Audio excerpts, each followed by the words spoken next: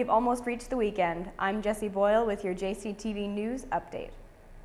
Macbeth hits the stage tonight, tomorrow, and Saturday in the Ryland Fine Arts Center Denault Auditorium at 7:30 p.m. Tickets are still available at the box office. You can call in at 252-3467, extension 2435. You can send an email to tickets@jc.edu, and tickets are available at the door as well. On Sunday, we have another voice recital. Trish Simon of Maddock, North Dakota, will be performing in the Voorhees Chapel at 2 p.m. The recital is free and open to the public. Professor of Biology, Dr. Michael Jelland, is working to save fish and increase the population. JCTV reporter Ronnie LaCroix has more on this story. Professor of Biology Dr. Michael Jelland has been actively involved in preserving fish sperm to help maintain the wild fish population. A scientist and outdoorsman explains why the interest in fish preservation. No, it hasn't been a main goal. It starts as a hobby because I enjoy the outdoors and I enjoy fishing. So anytime I can do some sort of research related to that gets me out in the field and as yet advancing science, I try and implement that. On March 19, 2011, Jelland and 4 others, including 3 Jamestown College students, ventured out into the frozen air of North Dakota to catch fish and collect samples of semen. And we were fortunate enough to catch some. And then I specifically wanted the males because I wanted the semen. I'm not worried about the eggs at this point. And we did catch a couple rainbow trout. And so I realized it was spawning season because we were freely expressing semen already, just from the stress of being caught. And then we were able to collect the semen, and I stored some in an extender just to look at a day or 2 later to see how long it would survive in the type of media that I'm trying to use to store it. And then we also cryopreserved some in liquid nitrogen, so that we can keep for years and years in my liquid nitrogen tank for later analysis. And I put it through a procedure that loosens the DNA. And if there are breaks, it'll all fall apart really fast. And if there aren't breaks, it holds together pretty well. And then I can see that under here when I turn on the UV light.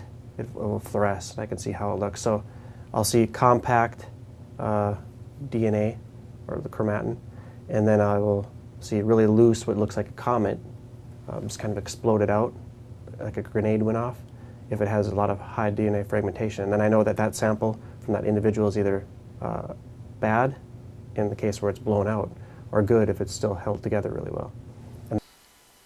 Due to overfishing and lack of environmental care, fish populations are becoming endangered. But their populations have really decreased.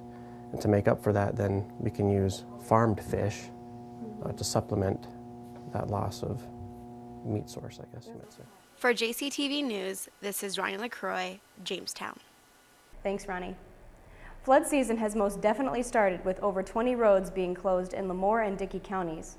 As reported in the Jamestown Sun, downstream of Jamestown, the water levels are becoming an issue, but still don't compare to the heights of last year. The city is in a flood advisory, with some Lemoore residents who can't get in and out of their homes. The National Weather Service says the snow will be melting all week, with temperatures sitting up in the 50s. Dickey County Emergency Manager Charlie Russell said some homes are in jeopardy of water damage. Some residents must travel to South Dakota and then back north to get home. Today's question in Washington: are the Republicans calling the shots, or can President Obama still control which direction the country is headed? Better question yet, which man, President Obama or Republican Speaker John A. Boehner, can better weather challenges inside their own parties? As reported in the New York Times, the budget showdown in Washington is all about the balance of the two parties. The outcome will determine if Boehner is leading his party or following the demands of the Tea Party movement. For President Obama, it's a test to see if he can reposition himself as a pragmatic leader and recapture the political center, keeping liberals energized to help him win the re-election. Negotiations came down to a $3.5 trillion budget, but were complicated by disputes about overspending related to health care, abortion services, and the environment rose between the two parties. President Obama remains confident and seeking a sufficient sense of urgency from all the parties involved. However, a collision between Democrats and Republicans could result in a government shutdown on Saturday. The different approaches of President Obama and Boehner will test their leadership skills in handling even bigger budget battles ahead. We've got some pretty good weather streak going on with even some showers tonight. We're sitting at about 34 degrees. Taking a look at our 5-day forecast, tomorrow will be cloudy, high of 52, low of 38. Getting into the weekend, a few showers, highs in the mid-50s, low in the mid-30s. Monday will be sunny, high of 56, low of 38. And Tuesday is looking mostly sunny, high of 52, low of 31. In Jimmy Sports, the baseball team will be traveling to Minot State on Saturday for 2 games starting at 1 p.m.